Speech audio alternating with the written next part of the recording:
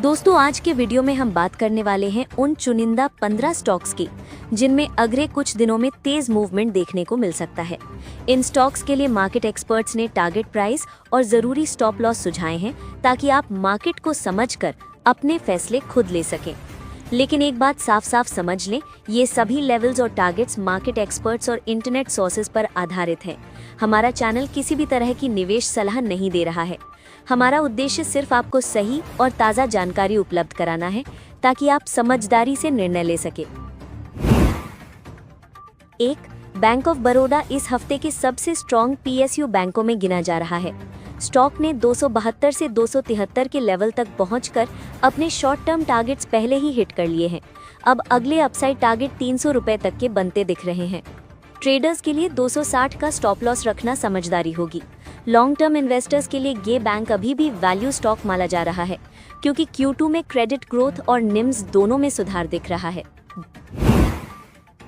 तो हिंडाल्को में फिलहाल नॉर्मल प्रॉफिट बुकिंग चल रही है, लेकिन स्टॉक स्ट्रक्चर अभी भी पॉजिटिव है। 770 से 765 के लेवल पर मजबूत सपोर्ट बनता नजर आ रहा है। ये जोन गिरावट में खरीदारी का अच्छा मौका हो सकता है। शॉर्ट टर्म के लिए 810 से 825 के टारगेट रखे जा सकते हैं, जबकि स्टॉप लॉस 760 पर रखें। ग्लोबल एल्यूमिनियम प्राइस में रिकवरी भी हिंडाल्को को सपोर्ट दे सकती है। 3. टाटा स्टील पिछले कुछ दिनों से 175 के रेजिस्टेंस लेवल पर अटका हुआ है। कई बार इस लेवल को टेस्ट किया, लेकिन क्लोजिंग इसके ऊपर नहीं जा पाई। जो लोग इसमें ट्रेड कर रहे हैं उन्हें 175 पर प्रॉफिट बुकिंग की सलाह दी गई है। अगर क्लोजिंग बेसिस पर 176 के ऊपर निकलता है तो अगला टारगेट 182 से 185 का बन सकता है। नीचे की ओर सपोर्ट 168 पर है। 4. रिलायंस फिलहाल 1350 से 1430 की चौड़ी रेंज में कंसोलिडेट हो रहा है। अगर 1350 का सपोर्ट टूटता है तो स्टॉक में कमजोरी और बढ़ सकती है, जो इसे 1320 तक खींच सकती है। वहीं अगर स्टॉक 1415 के ऊपर टिकता है तो तेजी का नया रुझान शुरू हो सकता है और 1450 से 1475 के टारगेट तक जा सकता है। फिलहाल शॉर्ट टर्म ट्रेडर्स को रेंज प्ले की स्ट्रैटेजी के साथ चलना चाहिए। 5. फोर्टिस हेल्थकेयर में लगातार तेजी देखने को मिल रही है। जिन्होंने पिछले हफ्ते 950 से 970 के आसपास एंट्री ली थी, उनके लिए 1050 के आसपास प्रॉफिट बुकिंग की सलाह है। हालांकि लॉन्ग टर्म निवेशकों के लिए ये स्टॉक अभी भी आकर्षक बना हुआ है। जो लोग पोजीशन होल्ड करना चाहते हैं वो 920 से 925 का स्टॉप लॉस रख सकते हैं और आगे चलकर 1100 से 1150 तक के टारगेट्स देख सकते हैं। 6. नायका में हाल ही में टेक्निकल ब्रेकआउट देखने को मिला है, जो इसे एक बार फिर ट्रेंडिंग जोन में ला रहा है। अगर आपने इसमें पोजीशन बना रखी है तो 240 का स्टॉप लॉस रखकर चलें। ऊपर की ओर 270 से 285 के शॉर्ट टर्म टारगेट्स बन सकते हैं। रिटेल और फेस्टिवल सीजन की डिमांड कंपनी के लिए पॉजिटिव ट्रिगर साबित हो सकती है।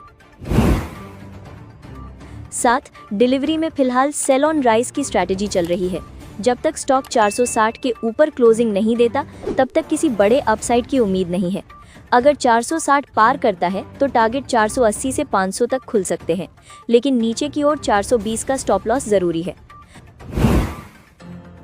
8. JSPL में हालिया गिरावट दरअसल बाइंग का एक अच्छा मौका मानी जा रही है।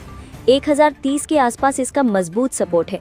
इस लेवल के पास हर गिरावट पर खरीदारी की जा सकती है।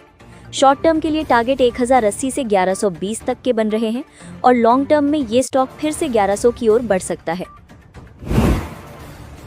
9. पिरामल फार्मा में 180 का लेवल बहुत अहम सपोर्ट है। अगर ये लेवल टूट जाता है तो स्टॉक में तेज गिरावट देखने को मिल सकती है। फिलहाल 195 से 200 के टारगेट के लिए 180 का स्टॉप लॉस रखकर चलना बेहतर रहेगा। डिलीवरी वॉल्यूम और फंडामेंटल्स अभी स्टेबल हैं, इसलिए शॉर्ट टर्म ट्रेडर्स इस सपोर्ट लेवल पर नजर रखें। 10. L&T का चार्ट पैटर्न बहुत स्ट्रॉन्ग बना हुआ है। 3680 का स्टॉप लॉस रखकर शॉर्ट टर्म के लिए 3950 से 4000 के टारगेट बनाए जा सकते हैं। कैपेक्स साइकिल और इंफ्रास्ट्रक्चर प्रोजेक्ट्स की मजबूती इसे लगातार सपोर्ट कर रही है। लॉन्ग टर्म इन्वेस्टर्स के लिए ये अभी भी बाय ऑन डिप स्टॉक है। 11. LTM माइंट्री 5250 के आसपास ट्रेड कर रहा है, लेकिन 5500 की कॉल काफी आउट ऑफ द मनी है। जब तक 5350 से 5400 के ऊपर क्लोजिंग नहीं मिलती, तब तक कोई नई खरीदी नहीं करनी चाहिए। अगर ब्रेकआउट मिलता है तो 5600 से 5750 तक के टारगेट्स खुल सकते हैं। 12 डिक्सन टेक्नोलॉजीज के लिए 15,800 का लेवल बहुत अहम सपोर्ट है। ये लेवल अगर क्लोजिंग बेसिस पर टूटता है तो स्टॉक में तेज गिरावट हो सकती है। फिलहाल 16,500 से 17,000 के टारगेट के लिए 15,800 का स्टॉप लॉस रखकर चलना बेहतर रहेगा। इलेक्ट्रॉनिक्स मैन्युफैक्चरिंग सेक्टर में सरकारी सपोर्ट इसे लंबी अवधि के लिए मजबूत पोजीशन देता है। 13 HDFC बैंक में फिलहाल 980 का लेवल बेहद अहम है। अगर बैंक इस लेवल के ऊपर टिकता है तो 1010 से 1025 तक के शॉर्ट टर्म टारगेट्स देखे जा सकते हैं। नीचे की ओर 960 का स्टॉप लॉस रखें। बैंक के फंडामेंटल्स अभी भी मजबूत हैं, लेकिन मोमेंटम ट्रिगर के लिए ब्रेकआउट की जरूरत है। 14 मनप्पुरम फाइनेंस पर गोल्ड प्राइस की तेजी का सीधा फायदा मिल रहा है।